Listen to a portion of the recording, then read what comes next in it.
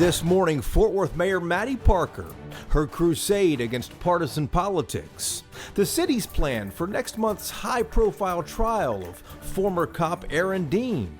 Will Parker run for re-election in 2023? And what she revealed about the future of Sundance Square. The Republican National Committee registering voters at Texas gas stations. The national co-chair, Tommy Hicks Jr., tells us one new thing the party is now making a priority. 1 in 10 mail-in ballots were rejected last month because of changes to the state's new voting laws. Will the legislature respond? And the politics behind Governor Abbott wanting to bus migrants from the Texas border up to Washington, D.C., something our roundtable is waiting to discuss. Inside Texas Politics with Jason Whiteley starts now. Good Sunday morning to our viewers across the state. Each week we begin our program here with the top political headlines across Texas. A recent poll showed a striking result. Attorney General Ken Paxton is dominating George P. Bush by more than 40 points. The Texas Hispanic Policy Foundation did this survey. Paxton and Bush are in next month's runoff for the Republican nomination. Paxton's legal troubles and an FBI investigation apparently matter not to conservative voters. Governor Greg Abbott says he wants to bus migrants to Washington, D.C. Those migrants would have to volunteer for this, of course. Abbott says he is concerned that a large number of people will be crossing into Texas since the Border Patrol can no longer use the pandemic as an excuse to send people back. The governor told the Texas Department of Emergency Management to charter buses or charter airplanes for any migrants who volunteer to go to D.C. We'll discuss this a little later on the roundtable. And a surprise political announcement in North Texas. State Senator Beverly Powell is suspending her re-election campaign and said she will remove her name from the November ballot. Powell is a Democrat who represents Tarrant County. She said that Republicans redrew her district to make it unwinnable by Democrats. With Powell out now, Republican Phil King will likely move into the seat without facing an election in November. Over the past decade, we have all watched angry partisanship paralyze politics. In Fort Worth, the Republican mayor there says enough is enough. Mayor Mattie Parker also took our questions on the future of Sundance Square, potential civil unrest around the upcoming trial of a former cop, and whether she is going to run for a second term next year. It is a wide-ranging interview we did with Mayor Parker from her office at City Hall in Fort Worth. Mayor Parker, welcome back to the program. Good morning to you. Let's start with the crusade you are on. You've spoken at least twice publicly in the last month about how partisan politics is becoming something that we are all watching. The GOP is an example of that. You said the mayor of Fort Worth is a nonpartisan seat. You are a Republican. That's not a secret at all. But why in the world do you want to wade into that? Well, I kind of felt like I had to, honestly, Jason. And I should caveat here that I don't think anyone is immune from this conversation. I think Democrats are experiencing this in their own party as well, hyperpartisanship, what it's like to get through a primary election. And then the GOP Republicans are in the same place. And as you know well, it's no secret how close I am to Mayor Price and having served on her staff and been a close friend of hers. And watching that campaign over several months just made it more personal to me. And I had the opportunity to at least speak my mind and also remind voters here in Fort Worth and residents here that we get things done here because we work together and we do find compromise and consensus. And I'm just deeply concerned across the country of what I'm seeing, this hyper politicization of every single issue and an inability to come together. So that was the true reason why I decided to say something. And Mayor Price lost her primary election to Tim O'Hare, who is no secret, they're farther right on the spectrum. Have you reached out to Tim O'Hare, who's No, I've gotten to meet Tim one time in person at an event a few weeks ago. And again, whether Tim wins or Deborah wins as county judge, I look forward to partnership and working with them because we have to do that. We've always had an incredibly important relationship with Tarrant County. Judge Whitley and his commissioners court have always made that a priority, as has Fort Worth and City Council. We'll keep doing that. But it's still okay for me to speak my mind and frustration within my own party about what I've seen lately. And I want us to focus on the issues. Look, when you're running a campaign, everything's on the table. And I think we have gotten away from the issues, the policy decisions that people make, and we decide Instead, that, the certain kind of pictures on a mailer are going to be more important. And that's frustrating to me. Let's talk about the crown jewel of downtown Fort Worth, which is Sundance Square. For those viewers who might not have been there yet across the state, it's a restaurant and entertainment district, been around for years. It's been in the news a lot lately. Tenants say the management district has not communicated with them. Half of the spaces there are vacant. The Riata Steakhouse, the famous steakhouse there, 3-story steakhouse, has said it's going to look for a new home. Parking is no longer free there. How did all this go south? There are concerns. I get this question almost every hour of every day. What is the vision for Sundance Square? Yeah. I have to remind people that it is a private business. And so my prerogative has been to work with all sides and attempt to build additional harmony and vision downtown. Right now, I do think that people's concerns are valid, but I'm not going to pick a side. At the same time, when you have announcements like Riata, which is a beloved institution in downtown Fort Worth, looking for a new location, I hope that all of us heed warning about that, because you cannot lose the Riatas of the world downtown without a huge hit to your economy and what makes Fort Worth and downtown so special. So I'll keep trudging, right? Keep working with ownership of Sundance, as well as the other owners around downtown Fort Worth, to keep our success moving forward. And as you mentioned, Sundance Square is privately owned by Ed and Sasha Bass, the Bass family there. Have you spoken to them about what all's going on? I have. I've spoken to them several times about it. And I've also talked to and worked very closely with the leadership of Downtown Fort Worth, Inc. And what have the Basses told you?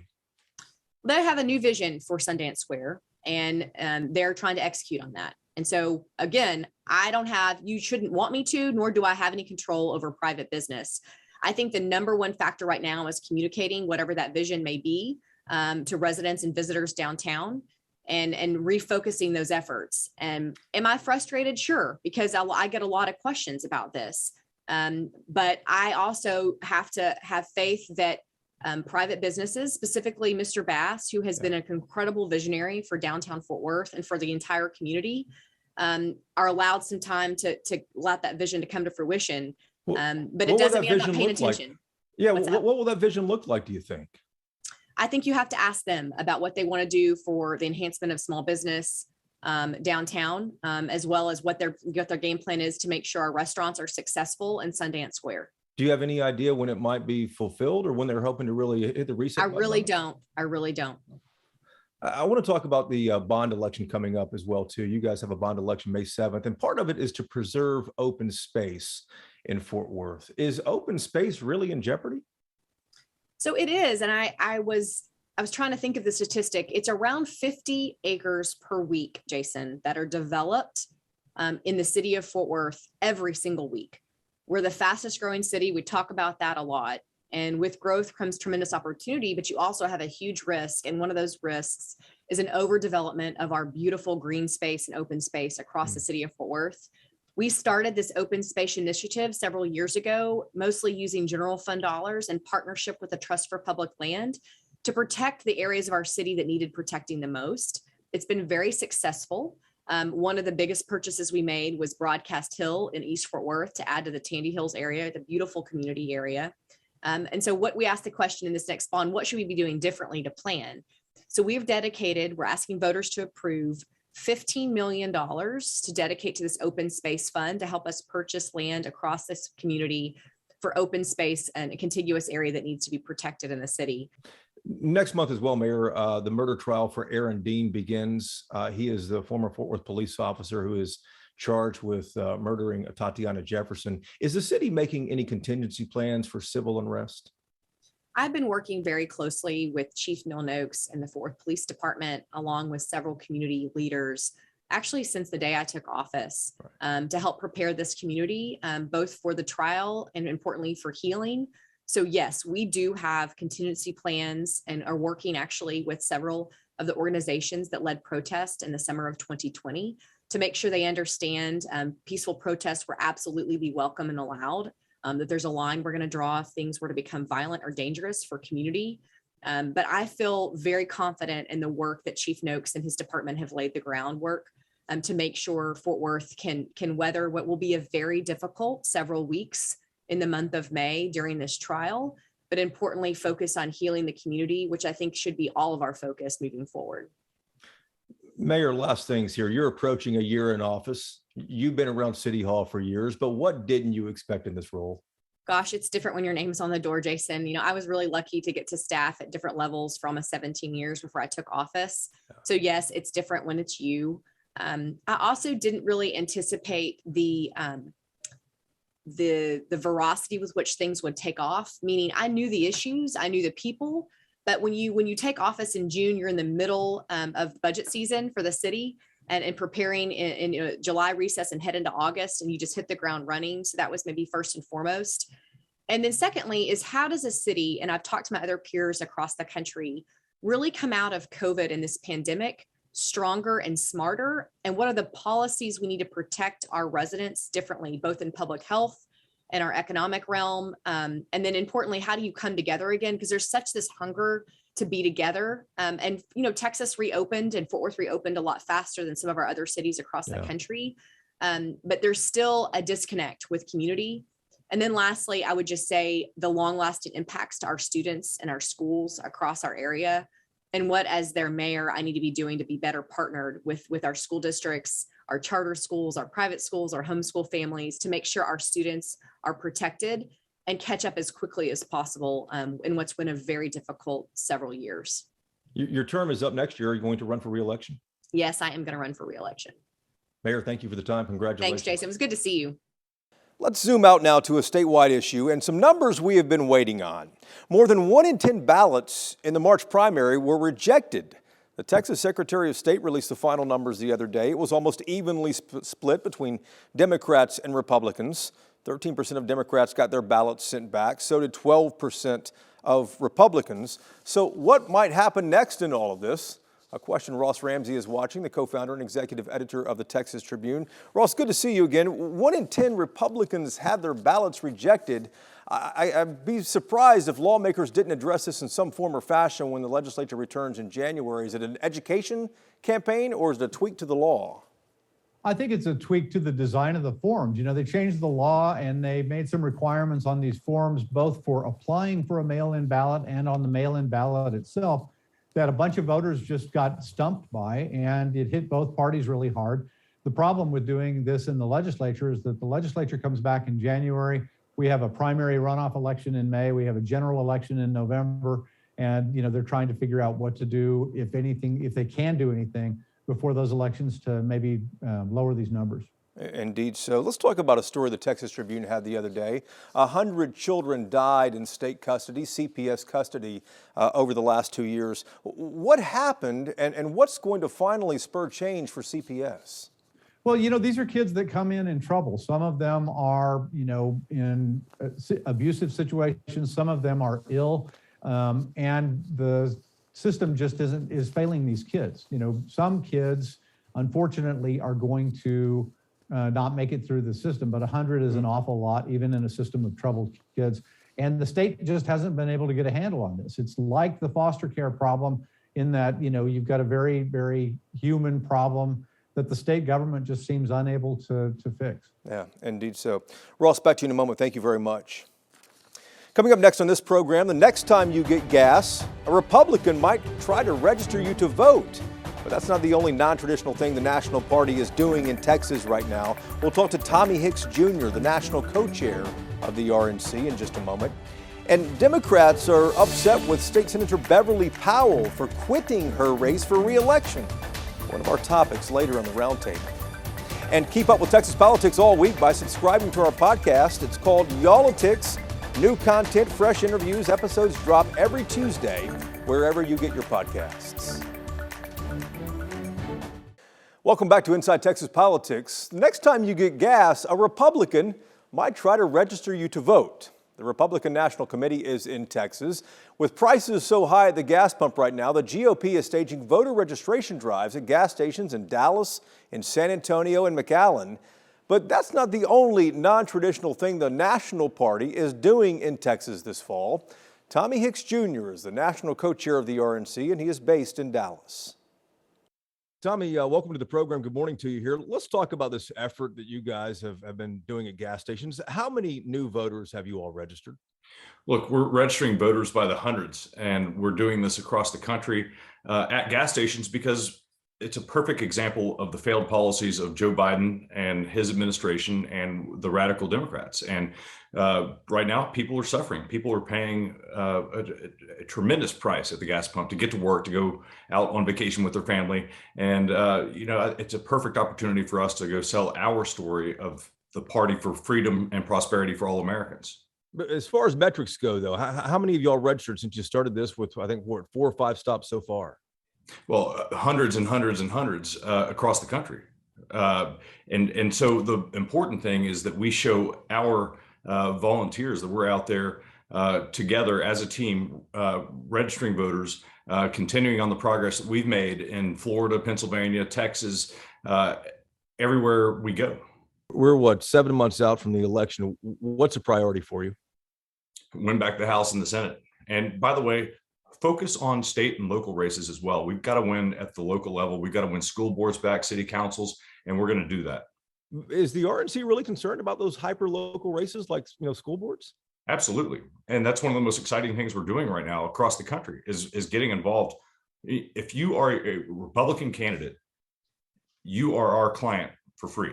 We help build campaigns for all Republicans. And so the RNC is actually investing in some school board races, even though these are nonpartisan races. The RNC is actually investing in some of these. Well, so what we do is we provide the infrastructure. We bring people, the grassroots, to go knock on doors, make phone calls, turn out the vote, which benefits all Republicans. Tommy, thank you so much for your time this morning. We appreciate it. Thank you, Jason. Coming up, the politics behind Governor Abbott wanting to bus migrants from the Texas border up to Washington, D.C. The roundtable is ready to discuss this when we come back. This is Inside Texas Politics with Jason Whiteley.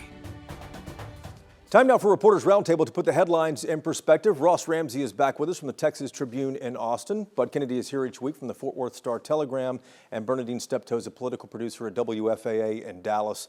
Ross, will start with you and the big headline, not just in Texas, but nationwide, Governor Abbott wanting to send migrants who volunteer up to D.C. This plays well with the Republican base. How was it received elsewhere? Well, it's kind of perceived as a gimmick. When he announced it, it sounded like a tough policy. The word volunteer wasn't in his line when he was talking. Volunteer came later and kind of takes the wind out of this thing. He's saying he's going to ship them off, send them directly to the White House or to Congress. It's a political stunt, and he's getting labeled for that. It is a political stunt, Bud. Is this the splash he wanted, or did it backfire on him? Well, this reminds me of when Rick Perry said he was going to put closed circuit cameras along the border and everybody could sit at home and catch people crossing the border. Well, a lot of those cameras never went up and they came down the day after Election Day. I bet if there are buses to Washington, D.C., the last one leaves on November 8th. And I also wonder if he's letting anyone ride the bus to D.C., he should make the offer to Democrats, too. Good point there, Bud. That's why you're a columnist here, man, with these lines. Bernadine, what's your reaction to this? It's gotten headlines across the country. Well, yes, and Governor Abbott knew exactly what he was doing. He wanted to grab headlines, and he did. As long as he can keep the immigration issue in the media top line, he satisfies his potential voters. So I saw a win for Abbott because by the time it came out that it had to be volunteer, he had the headlines. He was on television talking about it. Yeah. So there won't be any buses. And if there are buses, they will be gone the next day, as Bud said. Yeah, the day after the election. Bud, let me go to you next. And this news about State Senator Beverly Powell quitting the race. She says that Senate District 10 there in Tarrant County is unwinnable because Republicans redrew this district. I've talked to Democrats in the past few days who are pretty upset that she quit now as opposed to letting someone else run for it. Right. She can't be replaced on the ballot, and there's no one else on the ballot at all. Essentially, Phil King is nearly the senator elected from that district. That's a district that's flipped back and forth my whole life from Republican to Democrat. It was really surprised when Senator Powell wanted an unseated Connie Burton last election, but she really should stay on the ballot and just say that she is ending her campaign. But if she really has pulled her name off the ballot, we don't know what Phil King's a fine fellow, but we don't know what might happen between now and November. Yeah, Phil King is a Republican on the ballot who's going to meet her in the November election. What happens with this, Ross? Does Phil King just move on to the state Senate without having to face anyone in November if she pulls her name off the ballot? You might have another party candidate, a Libertarian or a Green Party candidate, but they've never won races in Texas, and it effectively is a forfeit by the Democrats. And I think that's why some of them are irked with Senator Powell. On the other hand, this map is drawn pretty decisively to favor a Republican, and she has the point when she says it's not a winnable district. Yeah, she's not wrong about this, Bernadine, but what's your take on it? Because Democrats aren't too happy with her, that she wouldn't at least just stay there and say, hey, maybe this is unwinnable, but these are the issues that Democrats should be fighting for. And the Democrats should be upset because she saw the way the district was drawn before she filed for it. So she knew how it looked. And then it won't give Democrats any option in come November. So I can understand why they're upset now. She doesn't want to run an election she knows she cannot win.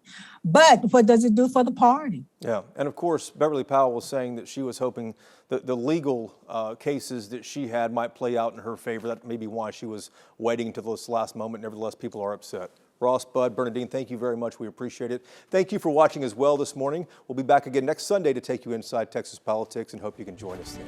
Take care.